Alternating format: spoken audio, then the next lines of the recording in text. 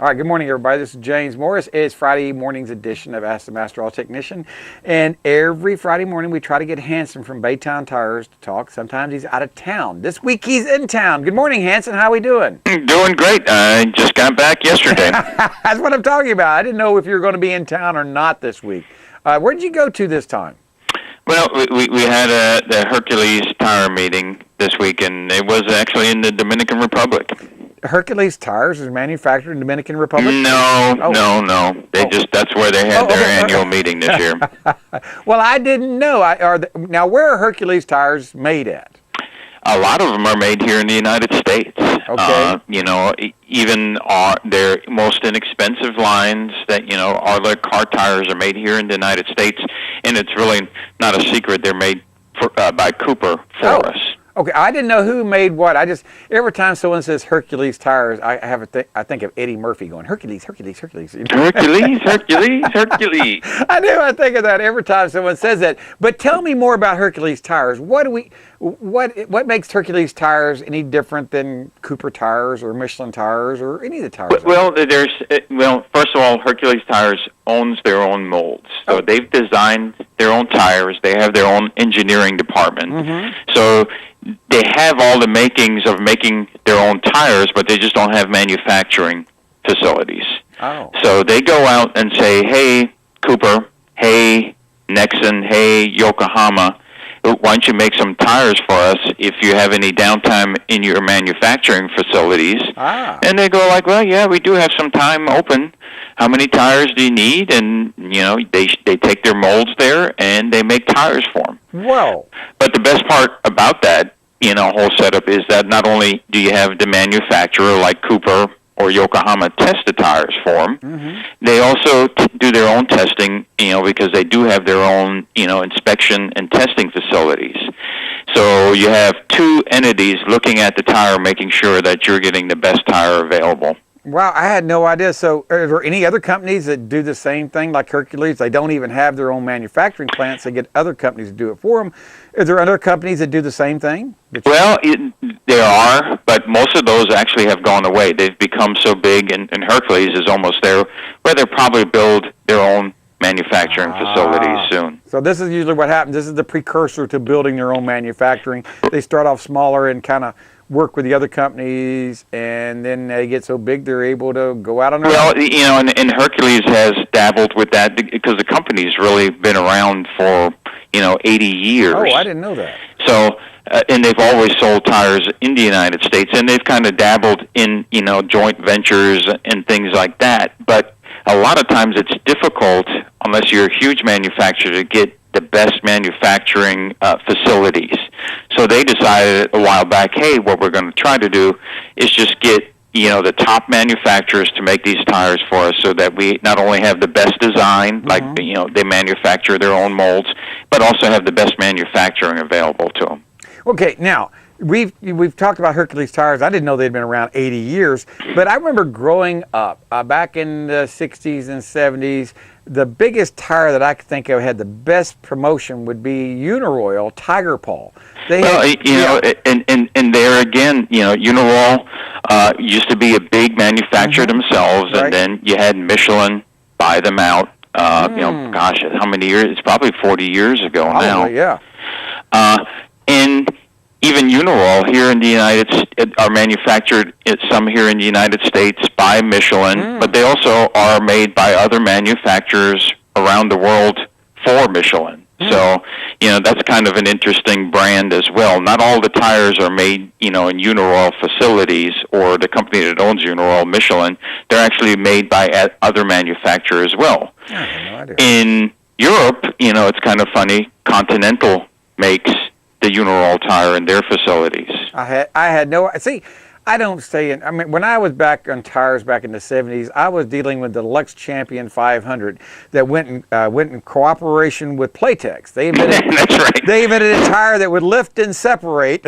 I spent many an hour cutting serial numbers out of the side of tires to ship them back to Firestone back in the 70s before back 72, 73, 74. And that was when the radios first came out. Everybody thought they were the greatest thing in the world, and so did I. But boy, they would come apart. I mean, they did. They would come apart when you least expected it and cause a lot of wrecks and accidents. But things have changed a lot since then, haven't they? Well, we talked about it before. Actually, Michelin patented and engineered the radial tire all the way back in the mid-40s. But the difficulty was producing them, so and Firestone tried it, like you said, and couldn't do it. So sometimes some of these things are patented, 50 years before they actually are good enough to go out into market. I guess that's what happened to it. I just know that they were offering people who had the Deluxe Champion 500 radial tire, you could trade them in for about, pennies on the dollars to buy the 721. Tire. That was, right. I have no idea. That was five by two or whatever. That was a little bit before my time, but I remember the worst time that I had cutting out serial numbers was when Firestone had their issues on the Ford Explorer with the Wilderness tires. And that was in what, 90s? 90s, late 90s. Right. Early 2000s, and I mean, we cut hundreds and hundreds. I still probably have blisters from them today. I've got scars on my leg where the knife has slipped and I cut my leg.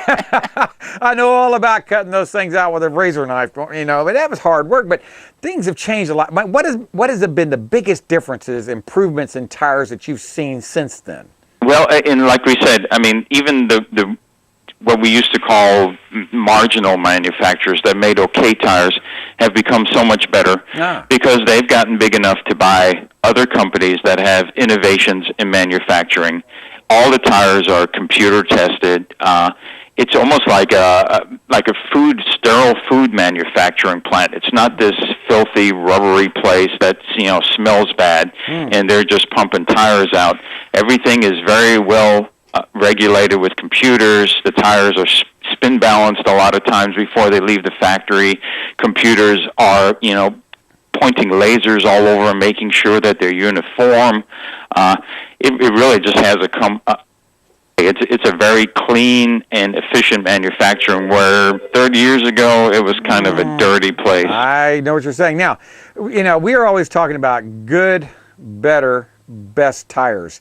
And that's the thing that people ask me all the time. They try to pin me down. What's a good tire? What's a better tire? What's the best tire? And, I tell them, I said, it depends on what you're trying to buy. I know some tires that I would think are the best tires, but really I wouldn't recommend them for your car. I'd recommend another one. What would you tell people like this? I agree wholeheartedly with that approach. We say, I looked online and I saw this tire should be great for my car. Mm-hmm. Well, we've put some of those tires on cars like yours before, and they really didn't perform the way that the people wanted them to. So I really recommend going that direction. And I think you probably do the same thing, saying, hey, I've seen these tires, but right. They wear a little funny on a Camry. Yeah. It'd be better off going with this other tire. Okay, so that's one of the things, because, people say all the time, James, you talk about Michelin being the best and the worst, the good tires are like Cooper and Iron Man and whatever. I'm going, I can't really say that. I mean, they're all pretty darn equal as far as the looks of them and how they ride.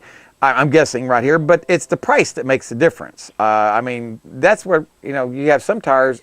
Would you say that some tires have as much as $100 difference between good, better? Oh, absolutely. Okay. You can go $100 and $150 depending on what size you have between one tire and the other. The one thing that I do always, tell people is that the more expensive the tire is, the tire has been spin balanced before it left the factory, so they know what the tolerances are. And the more you pay for the tire, the tolerances have to be closer. So if you have a tire that's $100, they say, some of these vibrations that occur in the tire are okay, and they check another tire, and let's pick Michelin, and they say, no, that's really not good, and they scrap the tire. So they really want just the top-notch tires to be out there. That's usually what happens. And tolerances are important. Those are the slight vibrations that a tire could cause. And, I think you're right. I was doing my car the other day. I was rotating and balancing my tires when we did the oil change. I do it every time I do an oil change in my car, and I'm running almost 100,000 miles on my Michelin tires right now. And I still got, get this, 7/30 seconds left on my tires. I'm going, hard to believe, but I'm running 48 pounds of air pressure in them. I rotate them every time I do an oil change, which is every 5,000 miles, and I keep the air pressure up on them, and I am just impressed at how little they're out of balance between rotate. we're only talking about a half an ounce on average of what I'm having. And I've seen this on a lot of other cars that come in with high dollar tires. Very little variation between rotations, where if I get some cars, like, I'm just going to pick on one, say Cooper or Ironman or Yokohama, might be an ounce and a half every 5,000 miles per tire variance, where Michelin is very, very little. A lot of times I just have to move the weight around about a half inch or so. Exactly, and that's where the money in the tire comes in. That's why you pay the extra $50, because that's what they're striving for. They want to have the best tire when you put it on, and with the lowest amount of weight that it takes, and then 10,000 miles down the road, 20,000 miles down the road, they don't want that tire to change. No. And they've really put the engineering into it for that to happen. Some of the other tires, like you said, they're very good in the beginning, but then over time, some of the belts will shift a little bit and things will change. That is true. And that's where the money comes in. Then the belt shifting is something I see, not so much as they lift, they have a tendency to kind of move to the right or move to the left. And you get this little wobble at low speeds, and people go, "What is that?" And I go, "That's a bad tire." My tires are only 4 years old, and I said, "Your tires need to be you need to get new ones. 5 years old, get rid of them." And they go, "Really?" And I go, "Really? 5 years old is the limit of any tire out there." And some people say, "Well, my tires look brand new." And I said, "I don't care. They only have a life expectancy of 5 years. After that, you're on borrowed time." Again, I see that all the time as well. And realistically, they do testing that, it really does make a difference even in the handling of the rubber compound changes over 5 years. So if you're into wet traction and stopping distance, it is really amazing. They take a tire that's, basically looks brand new and is 5 years old versus a brand new tire, and the distances are so much different, especially in braking. A minimum of 10%, as much as 30% I've read. That's absolutely right. Some of them will be, and 30% is a lot. So if the tire takes 110 feet, to make your car completely stop, all of a sudden you're almost looking at 150 feet. That's the difference between life and death in some cases. Right, or at least a huge fender bender or something like that. It can be. People don't realize that, we talk about this all the time at Michelin commercials. There's a lot riding on your tires. Think about it. Your second most important, expensive investment is your car, besides your home. Your home, your car, and then third is your monthly insurance payments, for major medical. But still, that's a lot of money to put into tires to make sure that they keep your car safe. And that's what's so important. I venture people would pay a little bit more. They'd get a lot more in return. And people are, they want to buy nice cars, and rides have become so good in a lot of these new cars. You go out and you buy a $40,000, $50,000 car, and you want to preserve that ride and the way that it handles. And a lot of times the only way to really do that, you can still put a good tire on there, but to go back with, a higher-end tire is really going to keep it the way it ran when it was new. Okay, and people need to call you at 873-8900, right? Yep. Okay, I want to make sure I got that number right. 873-8900. Tell him James send him over there to talk to you. We have all kinds of mail-in specials, again, rebates this month, both for Michelin and BF Goodrich and Continental and General. So if you need a set of tires for the open road, come see us. And also vote for Baytown Tires as your tire expert pros and best of Bay. I'll give you a shameless plug there, Hansson. Yeah, why not? I mean, sure. Why not? Sounds great. Why not? I don't blame you. There's a lot of things out there. Personally, if you don't pay enough money to the News Herald, you don't get it. But that's well, I agree with you. That's I didn't want to belittle it, but we've been here for a long time and doing a good job, just like you have been, and we've never been best of Bay. So sometimes I think it's rigged a little bit. That's all right. Someone said that's just sour grapes. Okay, sour grapes it may be. All right, you be good, Hansson. I'll talk to you next week. Have a great week. Thank you. Bye, everybody.